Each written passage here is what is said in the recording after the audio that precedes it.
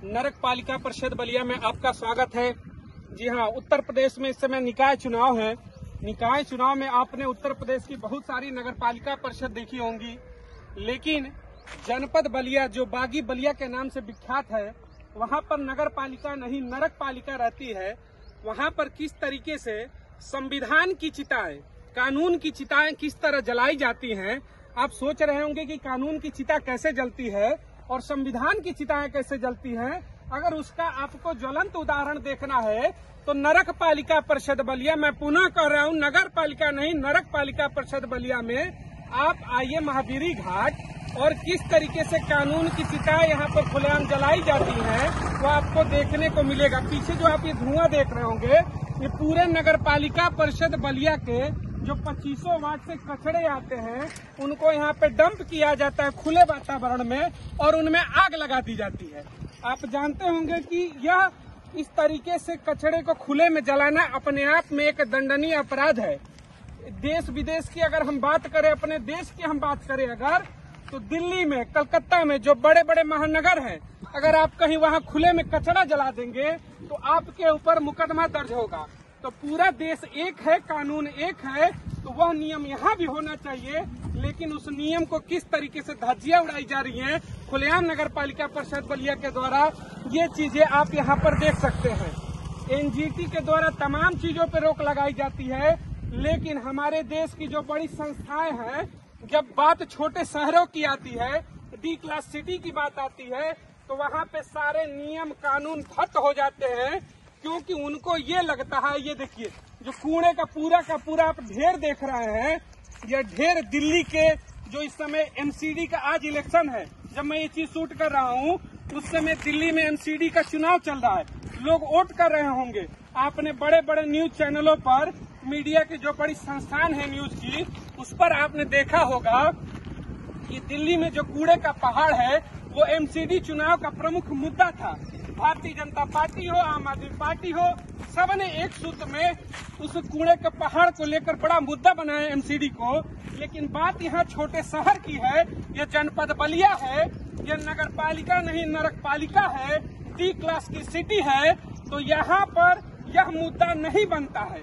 दिल्ली में कूड़े का पहाड़ है तो वो चुनाव के लिए मुद्दा बनता है, देश की मीडिया उस पर बहस करती है, प्राइम टाइम में उसके ऊपर डिबेट का शो चलता है। लेकिन जब छोटे शहरों की बात आती है तो सारी मीडिया आंख कान नाक मुंह सब अपना बंद कर लेती है और हमें और आपको यहाँ सड़ने और मरने के लिए छोड़ देती है। देखिए अंदर देखेंगे, हर कोने में हर रोज की यह स्थिति है, पूरे साल यही होता है। यहाँ पर कचरा पूरे शहर से लाइए, और ये भी नगर पालिका का एक वार्ड है 11 नंबर, यहाँ पर कूड़ा डंप किया जाता है खुले में और उसमें आग लगा दी जाती है। सोचिए जब कचड़े में आग लगाया जाता है तो कितने प्रकार के प्रदूषित उसमें से गैसें निकलती हैं, कितनी खतरनाक गैसें जो जीवन के लिए कितनी हानिकारक है, ये बताने की जरूरत नहीं है। कूड़े का जब भी पहाड़ देखेंगे, दिन पर दिन ये बढ़ता जा रहा है। नगर पालिका का मुख्य कार्य यही होता है कि आप शहर की साफ सफाई रखने का कार्य करें और कूड़े निस्तारण के कार्य के लिए ही आपको पैसे आवंटित किए जाते हैं।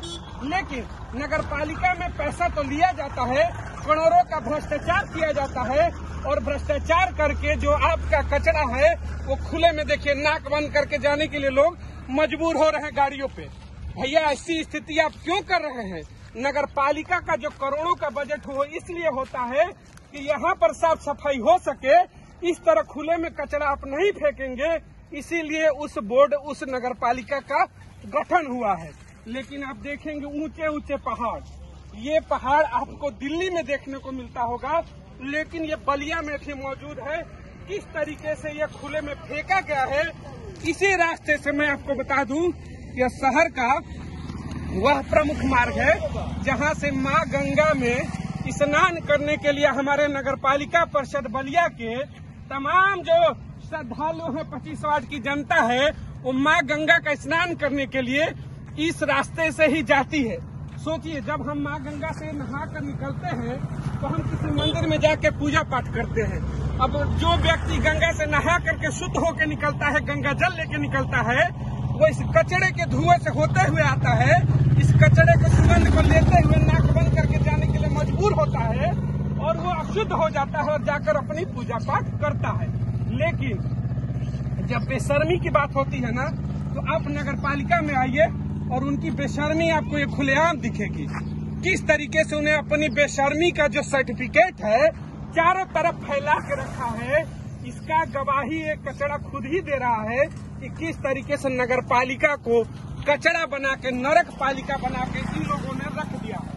अब देखिए, प्रमुख बात इसमें ये आती है, इसको निस्तारण करने के लिए 2009 में नगर पालिका परिषद बलिया द्वारा कई करोड़ का बजट लगा के मशीनें लगाई गई, जो मैंने पहले भी बताया था। वो मशीनें लगने के बाद भी चालू नहीं हुई, कचरे का घर बन गई और सारी की सारी मशीनें लूट ली गई। दोबारा उसी को बनाने के लिए 3 करोड़ 50 का बजट आवंटित किया गया। वो भी भगवान भरोसे है, चलेगा नहीं चलेगा इसकी कोई समय सीमा नहीं है। तो यही एक्चुअल की स्थिति है हमारे नगर पालिका परिषद बलिया की। इस रास्ते से ही जनपद का डीएम, एसपी, तमाम आला अधिकारी, अभी कुछ दिन पहले हमारे यहाँ नहान लगा था माँ गंगा के घाट पर, तमाम अधिकारी आए थे, उनके सामने ये कचरा पड़ा रहता है, लेकिन उनके मुंह पे ये तमाचा है, देश के उस कानून के मुंह के ऊपर तमाचा है जो स्वच्छता अभियान का नारा लगाता है। स्वच्छ भारत का जो नारा है इस समय देश में, देश के यशस्वी प्रधानमंत्री ने नारा लगाया स्वच्छ भारत अभियान का। उस अभियान के मुंह पे अगर कोई ताला और तमाचा लगाने का काम करता है तो नगर पालिका परिषद बलिया करती है। इसके भ्रष्ट ईओ, इसके भ्रष्ट चेयरमैन, उनकी भ्रष्टता का ये जीता जागता उदाहरण कचरे का इतना बड़ा पहाड़ आपको देखने को मिल रहा है। इसकी प्रमुख समस्या यही है कि हम आते हैं छोटे शहरों से, बजट हमारे यहाँ भी है, एक छोटी सी नगर पालिका, एक विधानसभा, उसमें हमारे यहाँ के सांसद, विधायक, चेयरमैन, तमाम जनपद के जनप्रतिनिधि चुने जाते हैं।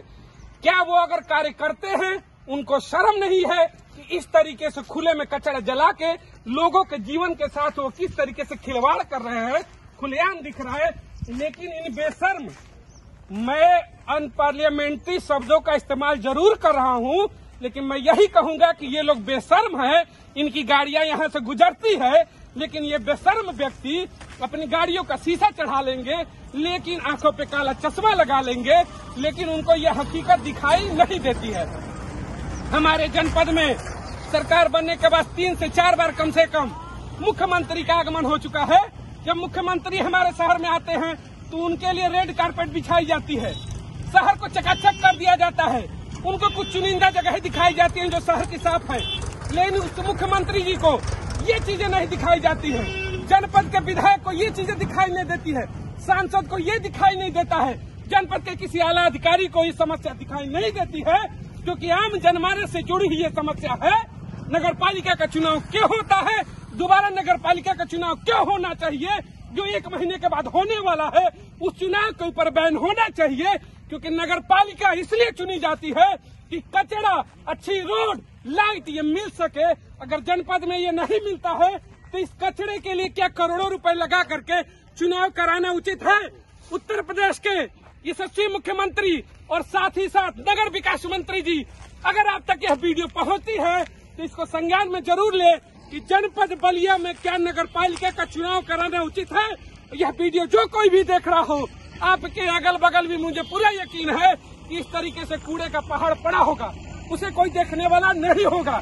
तो आप भी सवाल उठाए, सवाल जरूर पूछे कि उत्तर प्रदेश में जो निकाय चुनाव होने वाला है वो चुनाव होना चाहिए कि उस पर ताला लग जाना चाहिए, उस चुनाव का जरूर बहिष्कार करे। अगर अच्छी सड़कें और साफ सफाई नहीं मिलती है तो वैसे चुनाव का कोई औचित्य नहीं होगा। नगर पालिका की जो घटिया विकास की नीति है दिन पर दिन आपके सामने अब लाना जरूरी हो गया है। जिस दिन हर जनमानस अपने आप को सक्षम करके इनकी गलत नीतियों का विरोध करना शुरू कर देगी, सरकारें कोई भी हो, कुर्सी पर कोई भी बैठा हो, ये सारी समस्याएं जो धूल है वो गायब हो जाएंगी। आगे और मिलेंगे आपसे। इन चीजों को अधिक से अधिक आप लोग शेयर जरूर करें। घर बैठे हैं, सबके हिस्से की लड़ाई है ये कि कचरा केवल हमें व्यक्तिगत नुकसान नहीं पहुंचा रहा है, ये हमारे उस समाज को पहुंचा रहा है जो भविष्य आगे हमारे भारत का है, उसे भी ये बर्बाद करेगा, वर्तमान को भी बर्बाद कर रहा है। इस चीज को अधिक से अधिक लोगों तक जरूर फैलाएं। नगर पालिका के भ्रष्टाचार की अगली कड़ी में फिर से मिलते हैं। जय हिंद।